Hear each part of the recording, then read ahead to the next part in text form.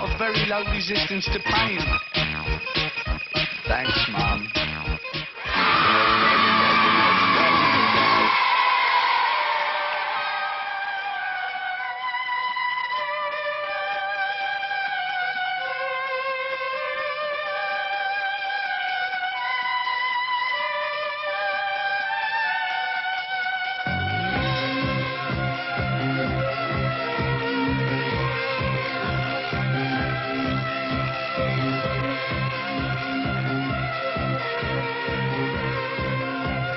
Gary, welcome to the show. We know that you were brought up in a small village outside London Airport. Is this where your fascination for flying began? I mean, were you brainwashed when you were lying in your bed at night with jets flying overhead or something like that?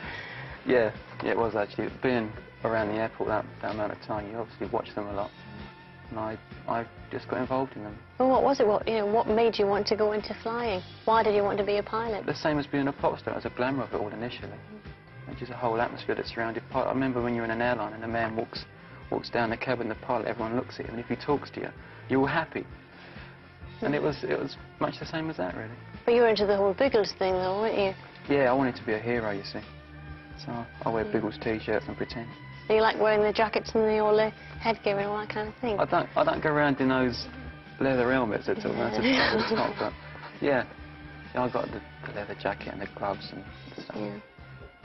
Mick, what was it like flying around the world? It had its ups and downs, actually, literally. And one of the downs was in Sweden and India, I believe, wasn't it? Yeah, a lot of things happened. When I was arrested in India for smuggling and for spying, we was fined in Canada because the aeroplane broke down, so it would stay too long because you're only allowed to keep them there for so long. I got into trouble in Australia because you're not allowed to open the door of the aeroplane before they spray you for some reason. Now, they stick these things through a small window and spray it to get rid of insects. And I forgot, and I jumped out the aeroplane and sort of said hello to everybody and got told off and had to make a declaration about how sorry I was and things like that. So that was pretty stupid. And, incidents like that, and then obviously the aeroplane itself broke down quite a few times. You had a bit of a hairy moment in Iceland as well, didn't you? Yeah, I went out in a Jeep to look at the hot springs, and we got up a mountain somewhere in this Jeep, and the snow was coming down. We just went off the road, we couldn't see the road, and we sunk down into the snow, and it tipped on its side. And I had to dig it out. Yourself? Well, there was a few of us there, yeah, but I was doing most of the digging because I was the one, they was kicking and doing it with their hands, and I was the one that rummaged in the back and found this bit of metal, so I was digging with that. I hope you're wearing your thermal underwear anyway. I wasn't actually. Would you do it again though, Gary? Fly around the world? Mm. Yeah, one day.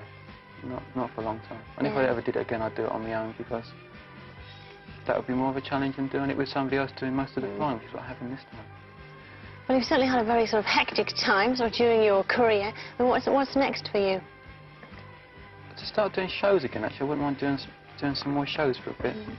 Then after that, I really don't know. See, I used to plan ahead, and I don't anymore. Well, Gary, thank you. I know that you probably remember it when you were on the show at the beginning of the series a few weeks ago. We had a lady called Ingrid Ross on who was making some magic MacGuffins, and one of the MacGuffins she made was a Saturn replica of your very own plane in which you went round the world. I think I can hear it coming on now. Can you hear the plane? Ah, here it is. And it's a little present to you for coming on the show from all of us at Razzmatazz. Gary Numan.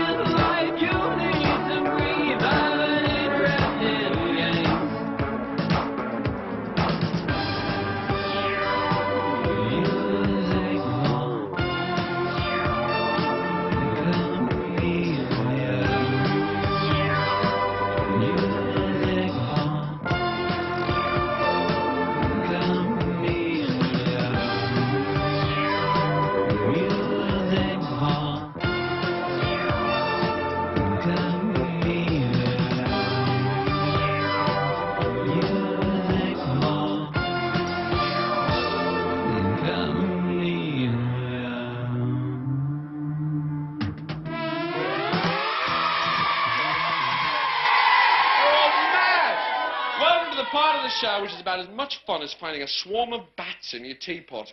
And here's the thinking man's cotton bud. Brendan, what on earth are you doing? Peace and love, man. Flower power. What? I've come dressed up, keeping up to date with the fashion.